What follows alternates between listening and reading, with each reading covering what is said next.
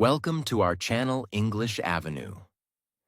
Today we are going to talk about the full history of India. We will understand how India began as an ancient civilization, how great kingdoms and empires rose, how foreign powers came, how India fought for freedom, and how it became a modern nation. This video is important because understanding history helps us understand how a nation was built, how people face challenges, and how the past continues to shape the present. It is not only educational, but it is also a great way to improve your English listening, vocabulary, and comprehension. So, listen carefully, learn something new, and practice your English at the same time. If you enjoy educational videos like this, don't forget to like this video, subscribe to the channel, and join us for more English learning and fascinating history lessons. India is not just a country. India is a civilization. It is a land of kings and kingdoms, saints and scholars, traders and warriors, temples and universities, rivers and religions, ideas and revolutions. When we talk about the history of India, we are not talking about one small story. We are talking about thousands of years of human life. We are talking about the Indus Valley Civilization, where people built planned cities when many parts of the world were still developing basic settlements. We are talking about the Vedic Age, where ideas of philosophy, society, and spirituality started taking shape. We are talking about great empires like the Maurya Empire and the Gupta Empire. We are talking about Buddhism, Jainism, Hindu traditions, ancient science, mathematics, art, literature, trade, and powerful rulers. We are talking about invaders, battles, changes, struggles, and the rise of new cultures. We are talking about the freedom movement, where ordinary people became extraordinary because they wanted independence. India's history is not boring. It is full of mystery, power, wisdom, courage, and transformation. The story of India teaches us one important lesson. A civilization can fall, rise, change, suffer, rebuild, and still continue. India changed many times, but India never disappeared. So in this full history, we will understand India in 3 big chapters. Chapter 1 will explain ancient India, from the first great cities to the golden age of knowledge. Chapter 2 will explain medieval India, from powerful regional kingdoms to the Delhi Sultanate and the Mughal Empire. Chapter 3 will explain modern India, from European arrival to British rule, freedom struggle, independence, and the making of modern India. So let us begin the journey. Chapter 1. Ancient India, the beginning of a great civilization. The story of India begins thousands of years ago. Long before modern roads, trains, phones, and cities, people were already living near rivers, forests, and fertile lands. The most important rivers in early Indian history were the Indus River and the Ganga River. Rivers were life. They gave water. They helped farming. They helped people travel. They helped cities grow. And near the Indus River, one of the world's oldest civilizations was born. This civilization is known as the Indus Valley Civilization. It existed around 2600 BCE to 1900 BCE, and it was one of the most advanced civilizations of the ancient world. The most famous cities of this civilization were Harappa and Mohenjo-daro. When archaeologists discovered these cities, they found something amazing. These were not random villages. These were planned cities. The streets were straight. The houses were built with bricks. There were drainage systems. There were wells. There were storage buildings. There were public baths. This shows that the people of the Indus Valley were not simple or backward. They were organized, intelligent, and skilled. Imagine a city thousands of years ago with proper drains and planned streets. That is why the Indus Valley civilization is so important. People there were farmers, traders, builders, craftsmen, and artists. They grew crops like wheat and barley. They kept animals. They made pottery, jewelry, seals, and tools. They traded with other regions, including Mesopotamia, which is in the area of modern Iraq. This means ancient India was already connected with the world. But there is one mystery. The Indus people had a writing system, but historians have not fully understood it yet. Their script is still not completely decoded. So we do not know everything about their language, rulers, or beliefs. This makes the Indus Valley Civilization one of the biggest mysteries of Indian history. Then, around 1900 BCE, this civilization slowly declined. Why did it decline? Historians believe there may have been many reasons. Climate change, river changes, floods, droughts, decline in trade, movement of people. No one reason explains everything perfectly. But the cities slowly became weaker, and people moved to different areas. After the Indus Valley Civilization, Indian history entered another important period. This is called the Vedic Age. The Vedic Age is connected with the Vedas, which are some of the oldest religious and philosophical texts of India. The Vedas include the Rig Veda, Samaveda, Yajurveda, and Atharva Veda. This period is important because many ideas of ancient Indian society, religion, rituals, and philosophy started developing during this time. In the early Vedic period, people lived mostly in villages. Cattle were very important. Farming was important.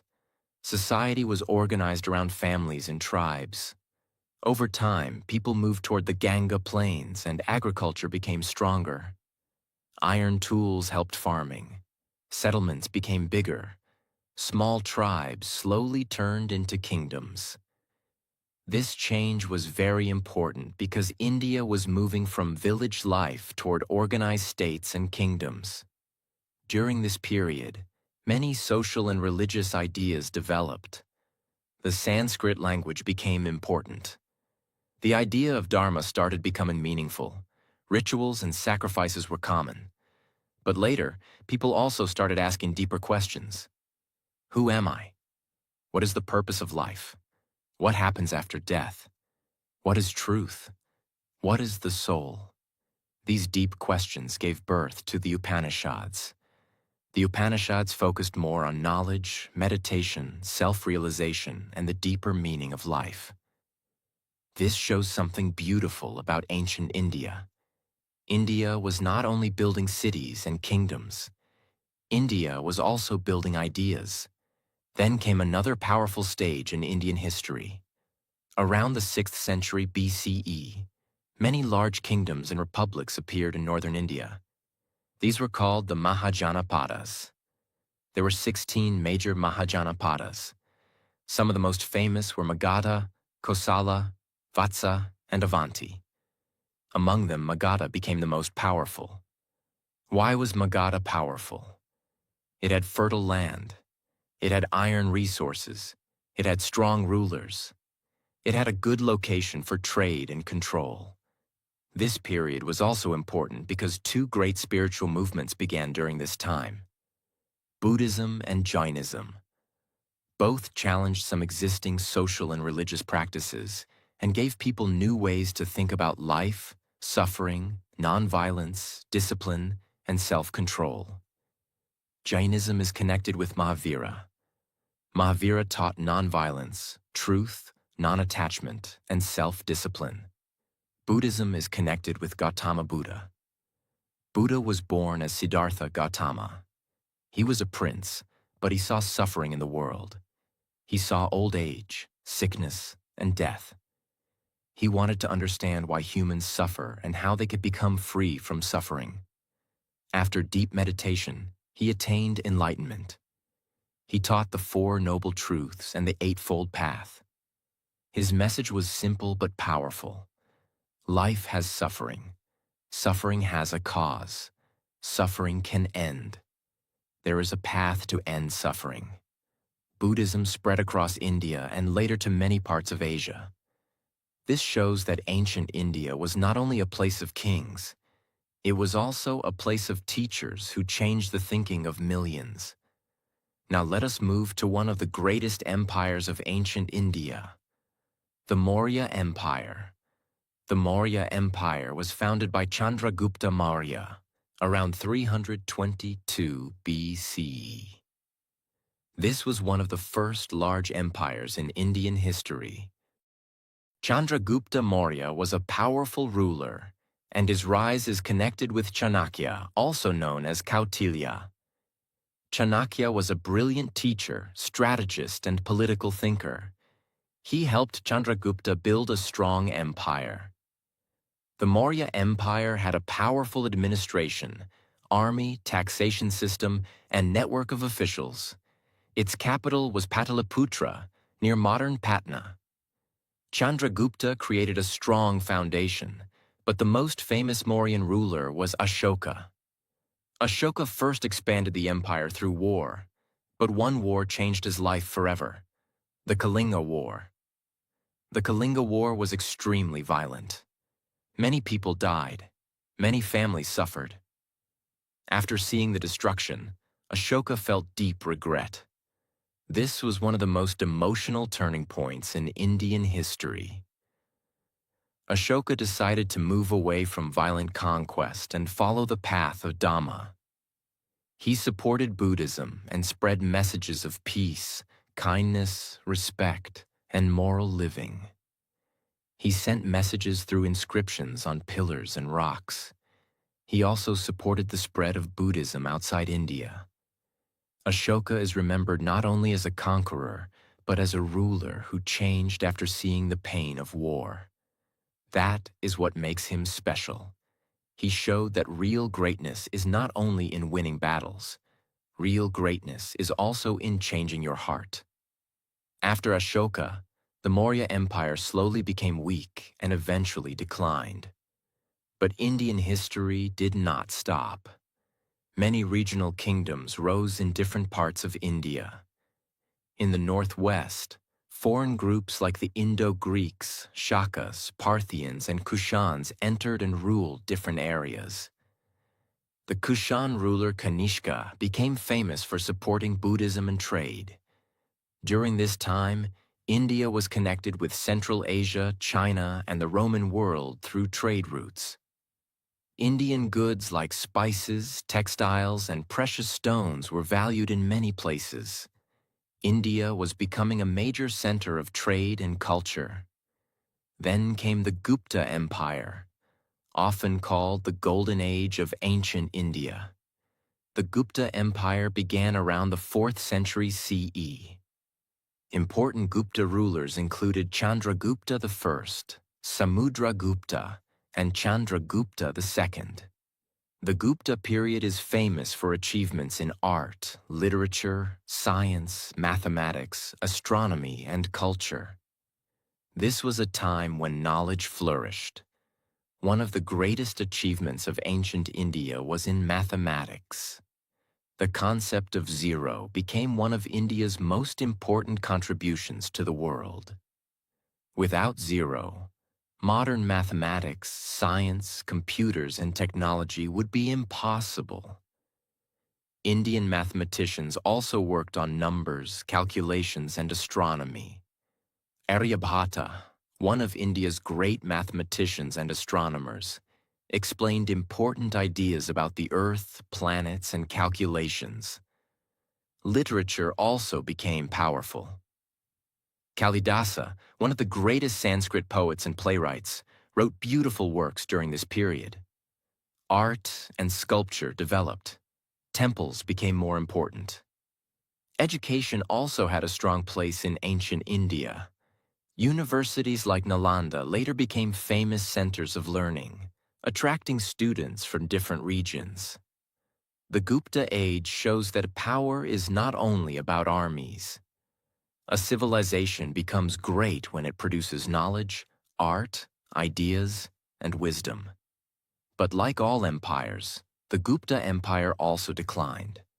Attacks, internal weakness, and political changes reduced its power.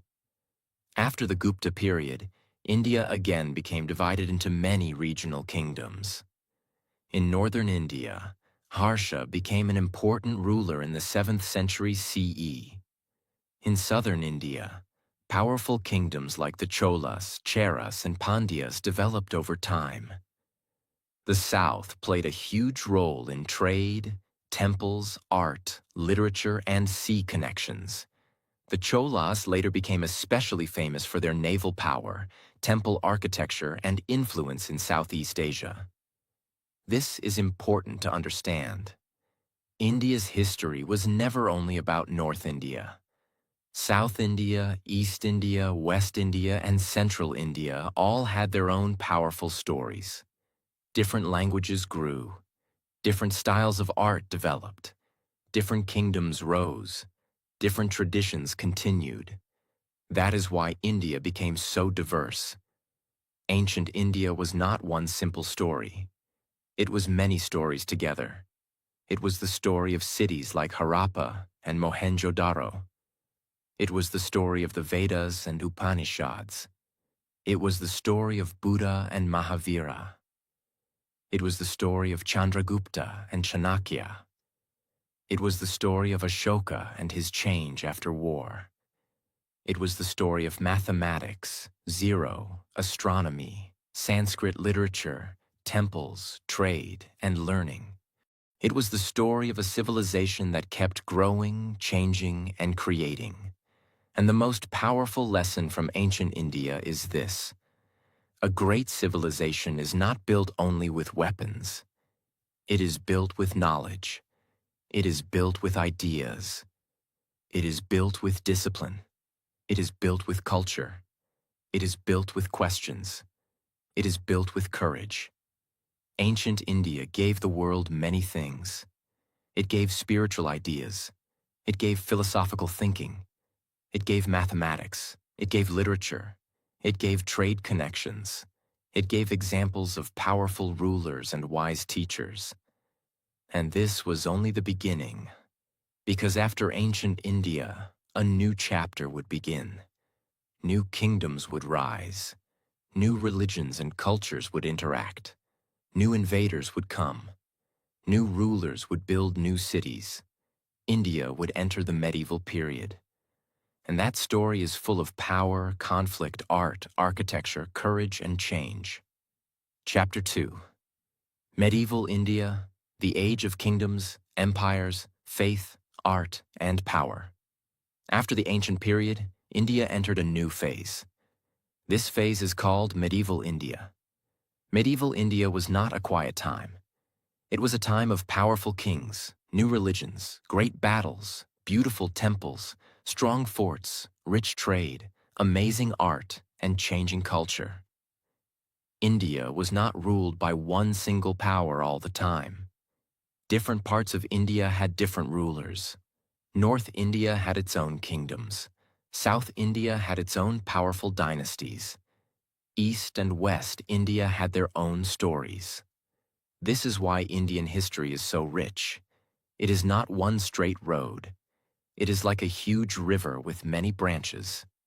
After the Gupta Empire declined, many regional kingdoms became powerful. In North India, rulers like Harsha tried to bring large areas under one rule. Harsha ruled in the 7th century, and he became one of the important kings after the Gupta period. But after Harsha, North India again became divided. Different kingdoms fought for power. One important group during this time was the Rajputs. The Rajputs were known for courage, warfare, honor, and strong kingdoms. They ruled many parts of Rajasthan, Gujarat, Madhya Pradesh, and North India. They built forts, palaces, and temples. Their stories are full of bravery, loyalty, and sacrifice. At the same time, South India was also becoming powerful. The Cholas became one of the greatest dynasties of South India. The Cholas were not only strong on land, they were also powerful at sea. They built a strong navy. They expanded their influence to Sri Lanka and parts of Southeast Asia. This shows that India was not only connected by land routes, India was also connected by sea trade. Indian traders traveled across the Indian Ocean. They traded spices, cloth, jewels, and other goods. Indian culture, religion, language, and art also influenced Southeast Asia. The Cholas are also famous for temple architecture. The Brihadiswara Temple at Thanjavur is one of the greatest examples of Chola architecture. It shows the power, skill, and devotion of that period. This is important to understand. Medieval India was not only about war. It was also about art, temples, trade, devotion, literature, and culture. While Indian kingdoms were rising and fighting, new powers were also entering from the northwest. For many centuries, different groups had entered India from Central Asia and beyond. Some came as traders, some came as invaders, some came as rulers. One of the most important changes happened when Turkish and Afghan rulers started establishing power in North India. Before this, India had faced many attacks from the northwest. One famous name was Mahmud of Ghazni. He attacked parts of India many times in the 11th century. His attacks were mostly for wealth and political power. Later, Muhammad Ghori came in the 12th century. His victory in the Second Battle of Turin in 1192 became very important. After that, the foundation for Turkish rule in North India became stronger. This led to the beginning of the Delhi Sultanate. The Delhi Sultanate was a major period in medieval Indian history. It began in the early 13th century and continued until the rise of the Mughals in the 16th century. The Delhi Sultanate was ruled by different dynasties. These included the Mamluk dynasty, the Khilji dynasty, the Tughlaq dynasty, the Sayyid dynasty, and the Lodi dynasty. The capital was Delhi, and Delhi became one of the most important political centers of India. The early rulers of the Delhi Sultanate had to face many problems. They had to control large areas. They had to stop rebellions. They had to protect India from Mongol attacks. They had to collect taxes. They had to manage different people, languages, religions, and regions. One important ruler was Iltutmish. He helped strengthen the Sultanate. Another powerful ruler was Razia Sultan. She is remembered because she became one of the few women rulers of Delhi. Her rule was short, but her story is important because it shows that power and leadership were not only male stories. Then came Alauddin Khilji. He was one of the strongest rulers of the Delhi Sultanate. He expanded his empire. He controlled markets. He made economic reforms. He strengthened the army. He also defended North India from Mongol attacks. His period was full of power and ambition. After the Khiljis, the Tughlaqs came. Muhammad bin Tughlaq is one of the most interesting rulers in Indian history. He was intelligent and ambitious, but many of his experiments failed. He tried to shift the capital from Delhi to Daulatabad. He also introduced token currency. These ideas were bold, but they created problems because they were not managed well. His story teaches an important lesson. A ruler may have big ideas, but big ideas need practical planning.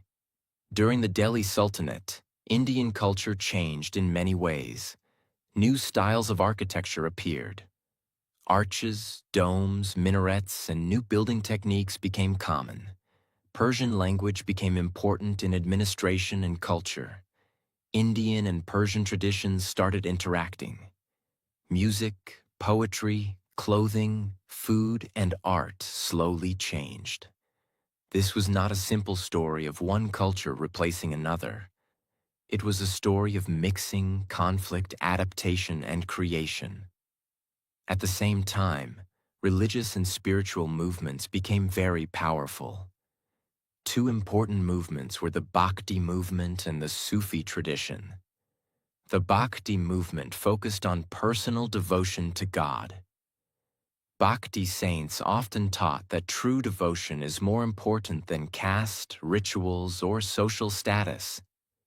They used local languages so common people could understand them. Saints like Kabir, Mirabai, Tulsidas, Surdas, Namdev, and many others became important. Their message was simple but deep. Love God. Live with humility. Do not judge people by birth. Look for truth inside your heart. Sufism also became important. Sufi saints focused on love, devotion, peace, and closeness to God. They attracted people from different backgrounds. Sufi centers became places of spiritual teaching, music, poetry, and community. The Bhakti and Sufi movements made Indian society more emotional, poetic, and spiritual. They gave ordinary people a direct connection to faith. They also helped different communities understand each other better. While the Delhi Sultanate was ruling North India, South India had its own powerful empire. This was the Vijayanagara Empire. The Vijayanagara Empire rose in the 14th century in South India. Its capital was Vijayanagara, near modern Hampi. This empire became a great center of power, trade, art, and architecture. Foreign travelers who visited Vijayanagara wrote about its wealth, markets, temples, and large population. The empire protected South Indian culture and supported temples, music, literature, and trade. The ruins of Hampi still show the greatness of this empire. Large temples, stone chariots, markets, and royal structures tell us that this was once a magnificent city. At the same time, the Bahmani Sultanate and later the Deccan Sultanates became powerful in the Deccan region. The Deccan became a zone where North and South Indian politics met. There were battles, alliances, cultural exchanges, and artistic developments. This period shows that India was never completely separated into simple categories. Regions interacted with each other constantly. Then, in the 16th century, a new power entered Indian history: the Mughals. The Mughal Empire began with Babur. Babur came from Central Asia. In 1526, he defeated Ibrahim Lodi in the First Battle of Panipat. This battle marked the beginning of Mughal rule in India. Babur was a skilled warrior and writer, but his rule in India was short. After him came Humayun. Humayun faced many difficulties and even lost his kingdom for some time. But he returned before his death. The real expansion and strengthening of the Mughal Empire happened under Akbar. Akbar was one of the greatest rulers in Indian history. He became king at a young age, but he grew into a powerful and wise ruler. He expanded the empire. He built a strong administration. He respected different communities. He worked with Rajput rulers. He reduced some religious tensions. He encouraged discussion between people of different faiths. Akbar understood something very important. India is diverse. If you want to rule India, you must understand its diversity. You cannot rule only with the sword. You also need wisdom, cooperation, and respect. Akbar's rule became famous for stability, administration, and cultural growth. After Akbar came Jahangir. Jahangir loved art, nature, and painting. During his time, Mughal painting became very beautiful. Then came Shah Jahan. Shah Jahan is famous for architecture. the greatest symbol of his rule is the Taj Mahal. The Taj Mahal was built in memory of his wife, Mumtaz Mahal. It is one of the most beautiful buildings in the world. But Shah Jahan's period was not only about beauty, it was also about royal power, wealth, and empire. After Shah Jahan came Aurangzeb. Aurangzeb ruled for a long time. He expanded the Mughal Empire to its greatest size, but his rule also created many conflicts. There were wars in the Deccan. There were tensions with Rajputs, Marathas, Sikhs, and other groups. His long military campaigns used a lot of resources. After Aurangzeb died in 1707, the Mughal Empire slowly became weak. The empire was too large to control easily. Regional powers started rising. The Marathas became very powerful. The Marathas were led first by Shivaji Maharaj, one of the most respected leaders in Indian history. Shivaji built a strong kingdom in western India. He used smart military tactics. He built forts. He challenged powerful rulers. He became a symbol of courage, self-rule, and leadership. After Shivaji, the Maratha power grew and spread across large parts of India. In Punjab, the Sikhs also became powerful. Guru Nanak founded Sikhism in the 15th century, teaching devotion, equality, honest living, and service. Later, Sikh gurus guided the community through spiritual and political challenges.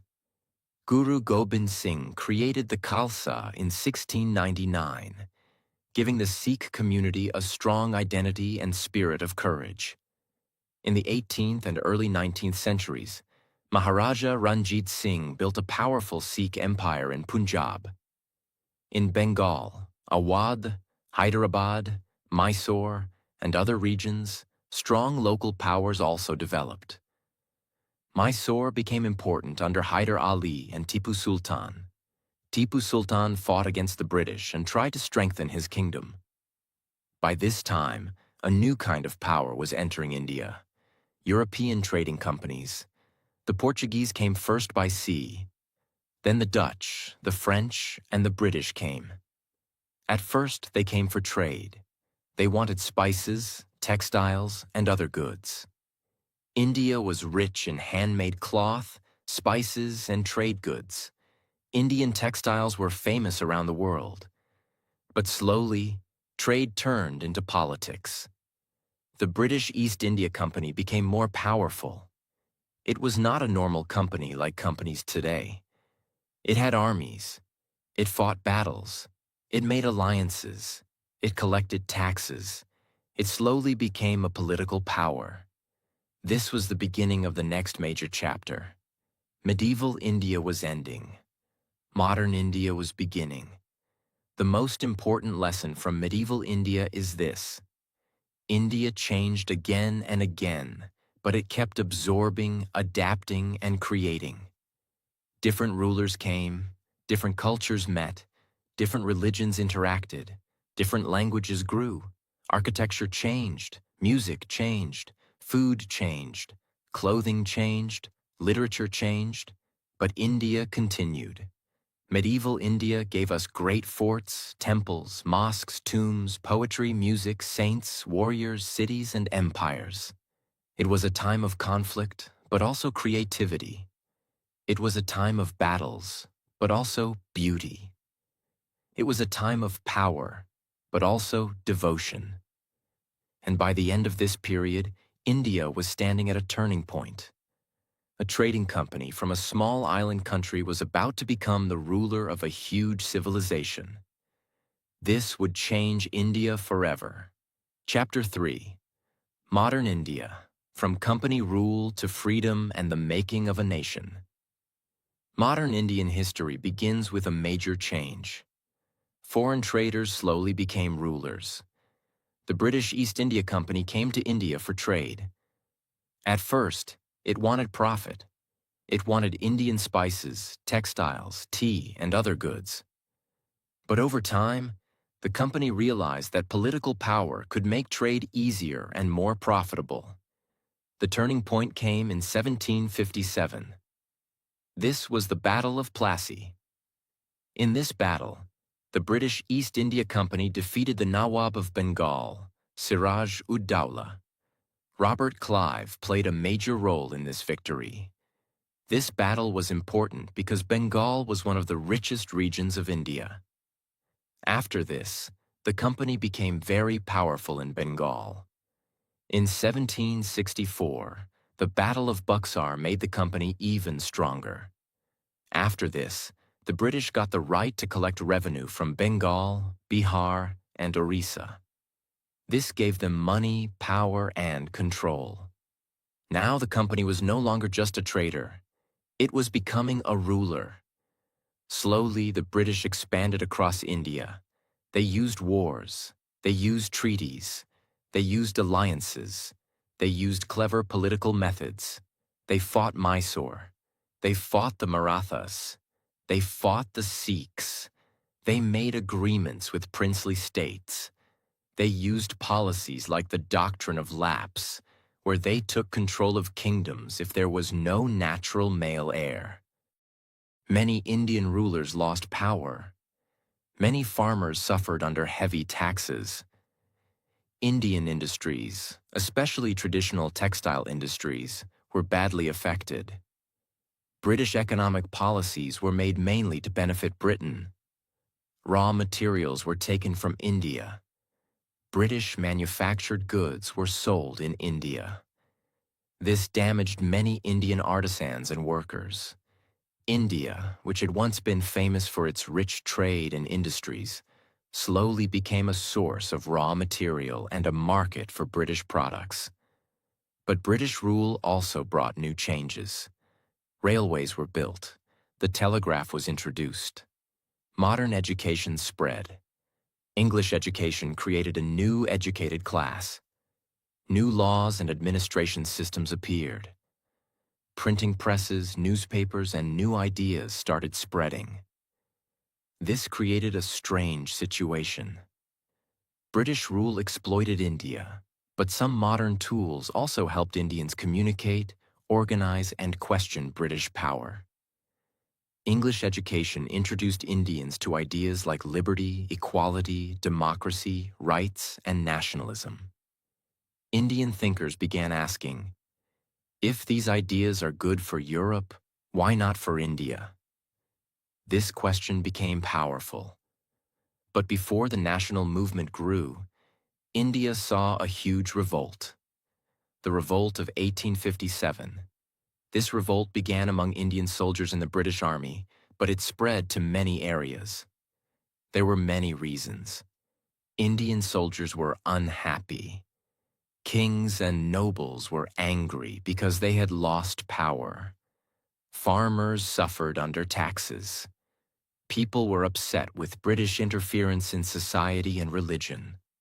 The immediate cause was connected with rifle cartridges that soldiers believed were greased with cow and pig fat. This hurt both Hindu and Muslim religious feelings. The revolt began in Meerut and then spread to Delhi, Kanpur, Lucknow, Jhansi, and other places. Many leaders became famous. Bahadur Shah Zafar became a symbolic leader. Rani Lakshmibai of Jhansi became a symbol of courage.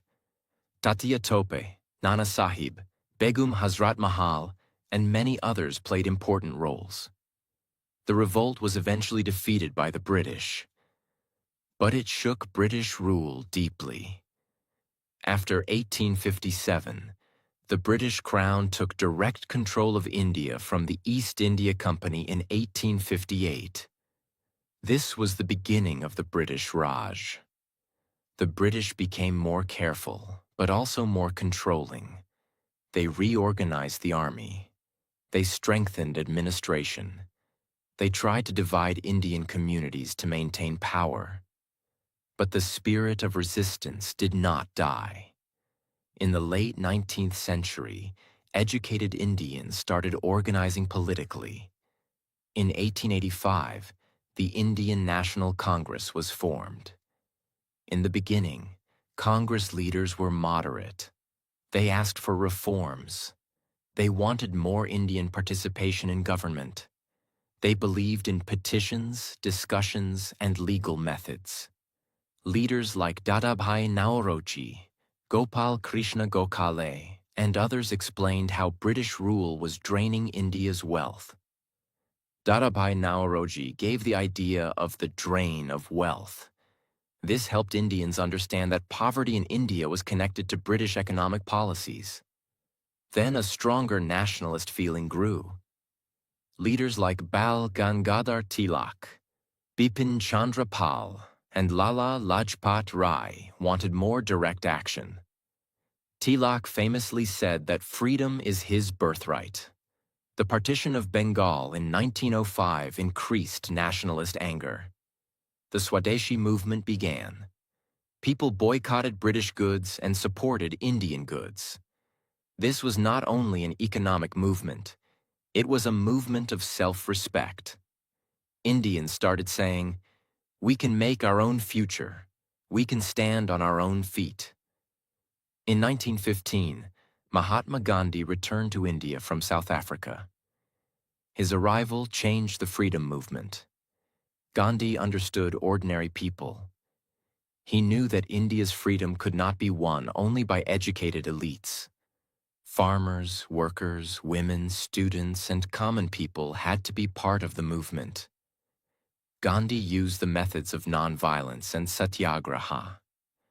Satyagraha means holding firmly to truth. He believed that people could fight injustice without hatred and violence. He led movements in Champaran, Kheda, and Ahmedabad. These movements connected him with common people. Then came the non-cooperation movement in 1920. People boycotted British schools, courts, titles, and goods. Khadi became a symbol of self-reliance. The spinning wheel became a symbol of dignity and resistance. In 1930, Gandhi started the Salt March. This was one of the most powerful events in the freedom struggle. The British had put tax on salt. Salt was something every person needed, rich or poor. Gandhi walked from Sabarmati Ashram to Dandi and made salt from seawater. This simple act became a national symbol. It showed that even a small thing like salt could become a weapon against injustice. The civil disobedience movement spread across India. People broke unjust laws peacefully. They accepted punishment, but they did not accept fear. The freedom movement also had many other streams. Subhas Chandra Bose believed in a more direct and military struggle against the British. He formed the Indian National Army with the help of Indians abroad. His slogan, "Give me blood, and I will give you freedom," inspired many people. Revolutionaries like Bhagat Singh, Chandrasekhar Azad, Rajguru, Sukhdev, and many others also became symbols of courage. Bhagat Singh was not only brave, he was also a thinker. He wanted freedom from British rule, but he also wanted a just society. Women also played an important role in the freedom movement. Sarojini Naidu, Kasturba Gandhi, Aruna Asaf Ali, Kamala Devi Chattopadhyay, Captain Lakshmi Sahgal, and many others contributed. Thousands of ordinary women joined protests, made salt, spun khadi, organized people, and went to jail. Students, workers, farmers, writers, journalists, lawyers, and teachers all became part of the national awakening. India's freedom struggle was not the story of one person. It was the story of millions. In 1942, during the Second World War, Gandhi launched the Quit India movement. The message was clear. The British must leave India. Many leaders were arrested, but the movement spread. By this time, British power was weakening. The Second World War had damaged Britain economically. Indian soldiers had fought in the war. The Indian National Army trials created sympathy for freedom fighters. There were protests and growing pressure. But the final years before independence were also painful.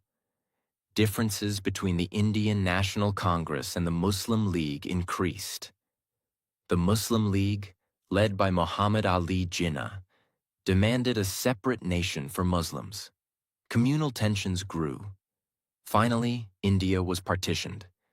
On August 15, 1947, India became independent. But independence came with deep pain. India was divided into India and Pakistan. Millions of people crossed borders. There was violence, fear, loss, and separation. Families were broken. Lives were destroyed. Independence was a moment of joy, but partition was a moment of tragedy. This is one of the most emotional truths of modern Indian history. Freedom came, but with wounds. After independence, India had to build itself again. This was not easy. India was poor. Millions were displaced because of partition. There were hundreds of princely states. There were food shortages.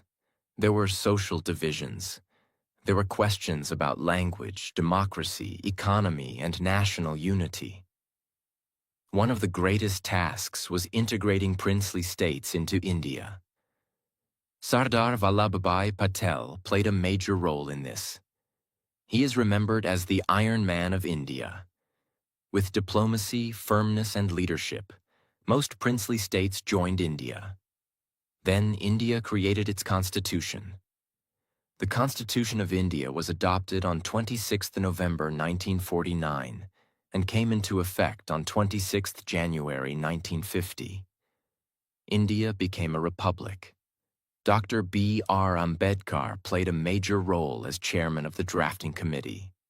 The Constitution gave India a democratic system. It gave citizens rights. It promised justice, liberty, equality, and fraternity. It gave India a framework to govern a huge and diverse nation. This was a historic achievement. A country with many languages, religions, cultures, castes, regions, and traditions chose democracy. India did not choose dictatorship. India chose elections. India chose debate. India chose a constitution. India chose the difficult but powerful path of democracy. After independence, India worked on nation building. It built institutions. It built dams. It built universities. It built scientific research centers. It improved agriculture. It developed industries. It tried to reduce poverty. There were many challenges: wars, food shortages, economic difficulties, political conflicts, social inequalities. But India continued moving forward. The Green Revolution helped India increase food production. India's scientists built strong institutions in space, nuclear research, medicine, technology, and engineering. India's democracy faced difficult moments, but it continued. Over time, India's economy also changed. In 1991, India introduced major economic reforms. The economy opened more to the world. Private businesses grew. Technology and services expanded. Indian cities changed. A new middle class grew. India became known for information technology, startups, space science, cinema, medicine, education, and global talent. But modern India is still a country of contrasts. It has great achievements, but also many challenges. It has rich cities and poor villages. It has technology and tradition. It has modern dreams and old social problems. It has unity, but also diversity that must be respected carefully. It has progress, but also the responsibility to make progress fair for everyone. This is the real story of India. India is not perfect. No civilization is perfect. But India is powerful because it continues. It continues after invasions. It continues after empires fall. It continues after colonization. It continues after partition. It continues after poverty, wars, and challenges. India's history is a story of survival and renewal. From the Indus Valley cities to the Vedas, from Buddha and Mahavira to Ashoka, from Gupta knowledge to Chola temples, from Rajput forts to Delhi Sultanate architecture, from Bhakti saints to Sufi wisdom, from Mughal art to Maratha courage, from British rule to freedom struggle, from partition pain to the Constitution, from a newly independent country to a growing modern nation. India's journey is long, emotional, and inspiring. The biggest lesson from Indian history is this: India has always changed, but India has always continued. It has accepted new ideas. It has fought challenges. It has created knowledge. It has suffered deeply. It has risen again.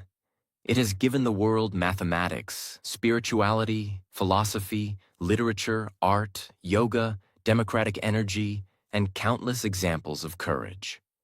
Indian history is not just about kings and wars. It is about people.